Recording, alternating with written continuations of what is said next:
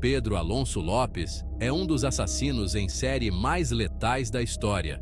Conhecido como o Monstro dos Andes, seu nome causa arrepios em qualquer um que esteja familiarizado com sua história.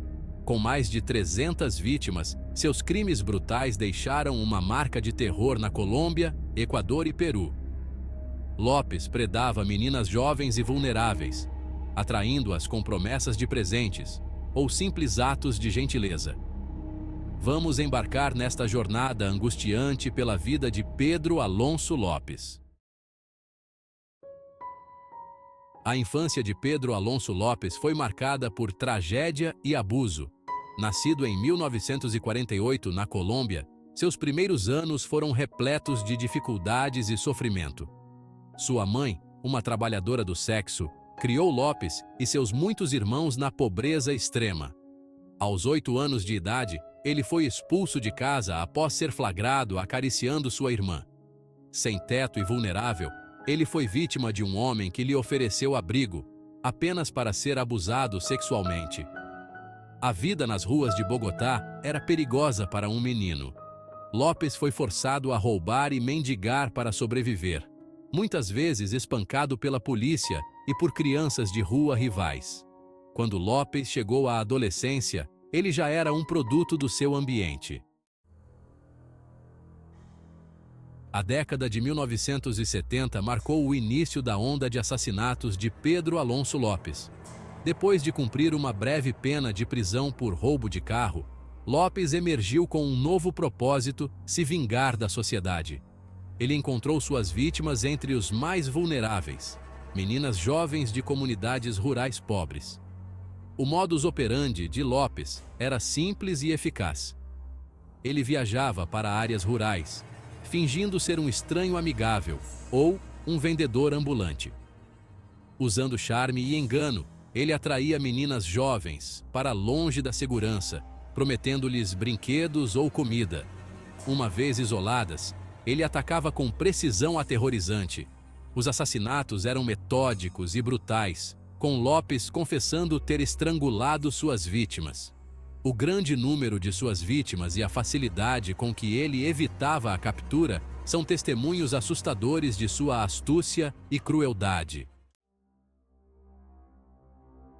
Ao longo da década de 1970, o reino de terror de Pedro Alonso Lopes se intensificou. Sua onda de assassinatos se espalhou pela Colômbia, Equador e Peru, deixando centenas de famílias de luto. A capacidade de Lopes de operar além das fronteiras fez dele um fantasma, evasivo e mortal. As forças policiais rurais eram frequentemente subfinanciadas e sobrecarregadas, tornando mais fácil para Lopes passar despercebido. Lopes explorou essas fraquezas com eficiência devastadora, movendo-se de uma comunidade para a outra. Em cada novo local, Lopes aplicava os mesmos métodos. Ele se enturmava com os moradores locais, identificando vítimas em potencial com um instinto predatório. No final dos anos 1970, o padrão de desaparecimentos havia se tornado muito significativo para ser ignorado. No entanto, a capacidade de Lopes de se misturar e seu estilo de vida transitório tornavam difícil capturá-lo. Em 1980, o reino de terror de Pedro Alonso Lopes chegou a um fim abrupto. Ele foi capturado no Equador, não por uma caçada humana elaborada, mas por pura sorte. Lopes estava tentando sequestrar outra jovem quando sua mãe interveio e alertou as autoridades. A prisão de Lopes levou a uma série de confissões chocantes que chocaram o mundo. Sob interrogatório, ele admitiu os assassinatos de mais de 110 meninas somente no Equador. Ele também confessou ter matado mais de 200 outras na Colômbia e no Peru. A escala de seus crimes era sem precedentes, e os detalhes que ele forneceu eram arrepiantes. Os investigadores encontraram vários corpos nos locais que Lopes havia descrito, cada um deles com as marcas de sua obra brutal. A captura de Lopes trouxe alívio temporário às comunidades que ele havia aterrorizado. No entanto, também levantou questões sobre como ele havia conseguido escapar da captura por tanto tempo.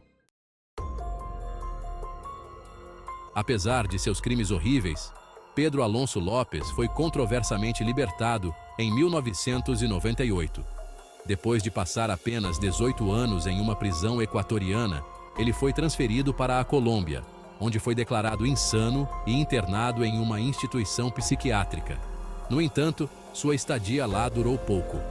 Em uma decisão impressionante, Lopes foi libertado por bom comportamento, uma atitude que gerou indignação e descrença. A decisão de libertar Lopes foi recebida com condenação generalizada.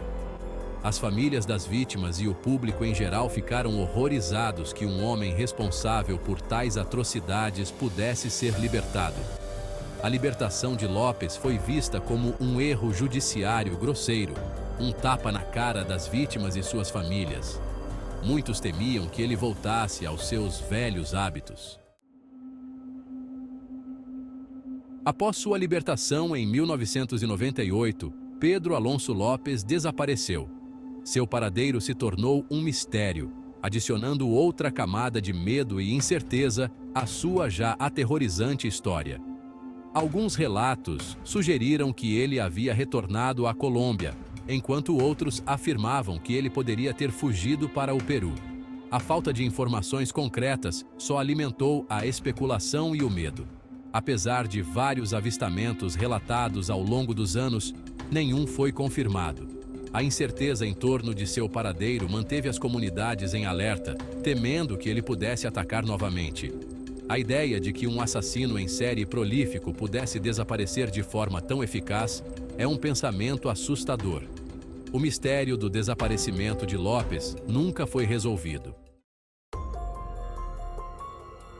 Especulações sobre o paradeiro de Pedro Alonso Lopes têm sido abundantes desde seu desaparecimento.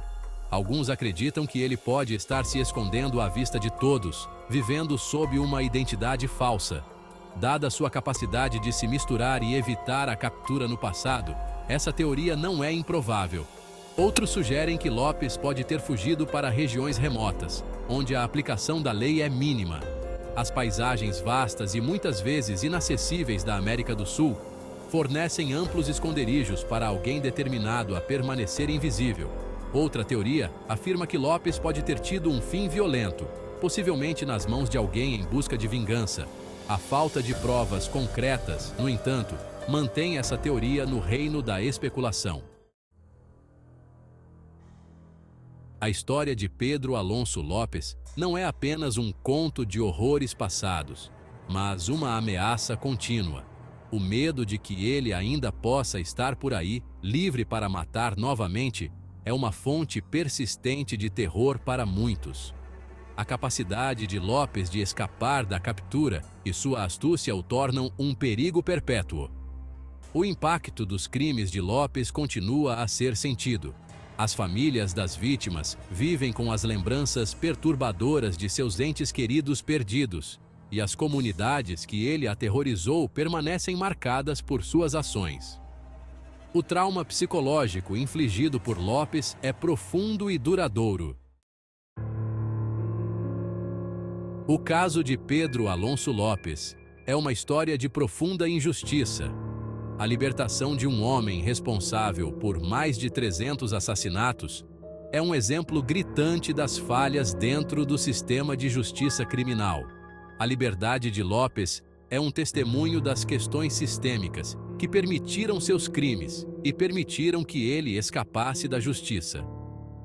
O horror das ações de Lopes é agravado pelo fato de que muitas de suas vítimas eram de comunidades marginalizadas.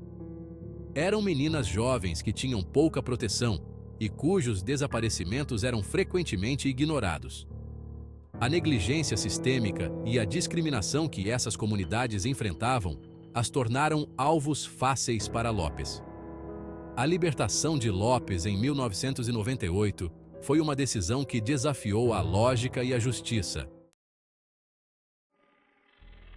A história de Pedro Alonso Lopes é um lembrete sombrio da escuridão que pode existir dentro da humanidade. Mas Lopes não é o único monstro nos anais da história criminal. Do infame Jack, o Estripador, ao caso arrepiante de Ted Bundy, o mundo dos assassinos em série é repleto de figuras que deixaram uma marca indelével na história. Para aqueles interessados em se aprofundar no mundo do crime verdadeiro, há uma riqueza de material para explorar. A história de Pedro Alonso Lopes é apenas um capítulo em uma narrativa muito maior, uma narrativa que continua a cativar e informar.